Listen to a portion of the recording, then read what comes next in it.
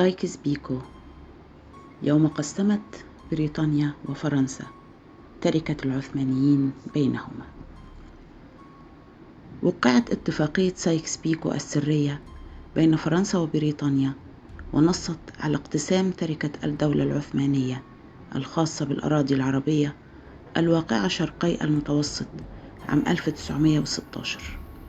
ولم يعرف العرب شيئا عن الاتفاقية إلى أن نشرت الحكومة البلشفية في روسيا نصوصها أواخر عام 1917.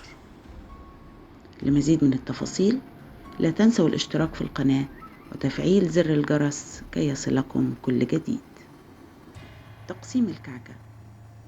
عينت الحكومة الفرنسية قنصلها العام السابق في بيروت جورج بيكو مندوبا ساميا لمتابعة شؤون الشرق الأدنى ومفاوضة الحكومة البريطانية في مستقبل البلاد العربية. لم يلبث أن سافر بيكو إلى القاهرة واجتمع بالمندوب السامي البريطاني لشؤون الشرق الأدنى مارك سايكس بإشراف مندوب روسيا. قال سايكس إنه يريد أن يرسم خطا يبدأ بحرف الألف، يقصد مدينة عكا الفلسطينية التي تسمى بالإنجليزية أكرا، وينتهي بالحرف الكاف في إشارة إلى مدينة كركوك العراقية، كما يروي الكاتب البريطاني جيمس بار في كتابه خط في الرمال. هذا الخط قسم الشرق الأوسط على خرائط الاتفاق، وقسم معه النسيج القبلي والعشائري والانتماءات الدينية، وأسفرت هذه الاجتماعات والمراسلات عن اتفاقية عرفت باسم اتفاقية القاهرة السرية.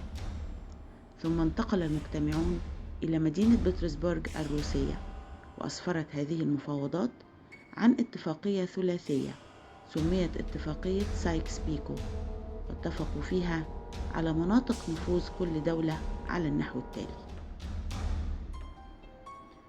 استيلاء فرنسا على غرب سوريا ولبنان وولاية أضنة، استيلاء بريطانيا على منطقة جنوب وأواسط العراق بما فيها مدينة بغداد، وكذلك ميناء عكا وحيفا في فلسطين، استيلاء روسيا على الولايات الأرمنية في تركيا وشمال كردستان، حق روسيا في الدفاع عن مصالح الأرثوذكس بالأماكن المقدسة في فلسطين، المنطقة المحصورة بين الأقاليم التي تحصل عليها فرنسا وتلك التي تحصل عليها بريطانيا تكون اتحاد دول عربية أو دولا عربية موحدة، ومع ذلك فإن هذه الدول تقسم إلى مناطق نفوذ بريطانية وفرنسية، ويشمل النفوذ الفرنسي شرق بلاد الشام وولاية الموصل، بينما النفوذ البريطاني يمتد إلى شرق الأردن والجزء الشمالي من ولاية بغداد وحتى الحدود الإيرانية.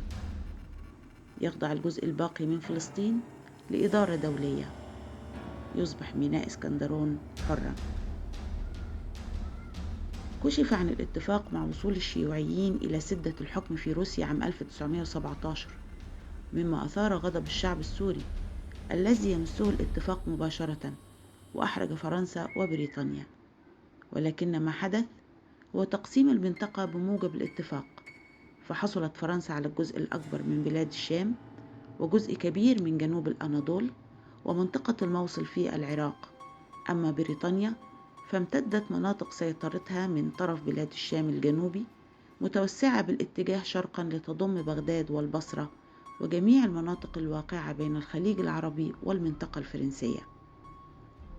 كما تقرر وضع فلسطين تحت إدارة دولية يتم الاتفاق عليها بالتشاور بين بريطانيا وفرنسا، ولاحقا وبموجب وعد بلفور، وعد من لا يملك لمن لا يستحق، أعطي جزء كبير منها لإقامة دولة الكيان.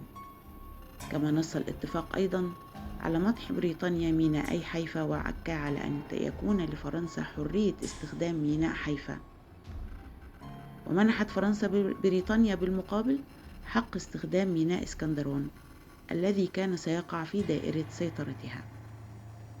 وقد تضمنت اتفاقية سايكس بيكو عدة بنود تعتبر هي الأساس في الصراع الدائر حتى يومنا هذا في منطقة الشرق الأوسط. أما ما بعد سايكس بيكو، فبعد انهيار الإمبراطورية العثمانية وإطباق بريطانيا على أراضي فلسطين والعراق، تخلت بريطانيا عن فكرة تقسيم أملاك السلطنة وفق مخطط سايكس بيكو، واستبدلتها بنظام الانتداب الذي أقره مؤتمر سان ريمون الذي عقدته مع فرنسا في 26 أبريل عام 1920 بهدف تحديد مصير ولايات المشرق العربي المحتلة. ومع نهاية الحرب العالمية الأولى لم يبقى من اتفاقية سايكس بيكو عمليا سوى الترسيم المبدئي لحدود لبنان والعراق والأردن وفلسطين. بقي الاستعمار الفرنسي البريطاني حتى اندلاع الحرب العالمية الثانية عام 1939 مهيمنا في بلدان المشرق، متسلحا بسلطة الانتداب الممنوحة له من قبل عصبة الأمم في مؤتمر لندن عام 1922، مع استثناءات في اليمن والسعودية والأردن. وارتبطت مصر والعراق مع بريطانيا بمعاهدات حدت عمليا من استقلالهما إلى حين الإطاحة بالنظامين الملكيين فيهما تباعا عامي 52 و 58. ومع تراجع دور الإمبراطوريتين الفرنسية والبريطانية عالميا لصالح الولايات المتحدة الأمريكية والاتحاد السوفيتي، انتقلت بريطانيا في الستينيات والسبعينيات من القرن العشرين إلى تصفية وجودها في شبه الجزيرة العربية، فانسحبت من الكويت ومن محمية عدن، وتلتها ترتيبات مماثلة في مسقط وعمان وقطر والإمارات والبحرين. منذ ذلك التاريخ لم تشهد دول المشرق العربي تغييرا يذكر في حدودها إلا بعد توحيد شطري اليمن عام 1990، كما أن اتفاق أوسلو عام 1993 بين الكيان والفلسطينيين لم يؤدي عمليا إلا إلى سلطة حكم ذاتي محدودة السيادة في الضفة الغربية وقطاع غزة، وغير متواصلة جغرافيا. إذا كان وعد بلفور هو وعد من لا يملك لمن لا يستحق، فماذا يمكن أن نقول عن اتفاقية سايكس بيكو؟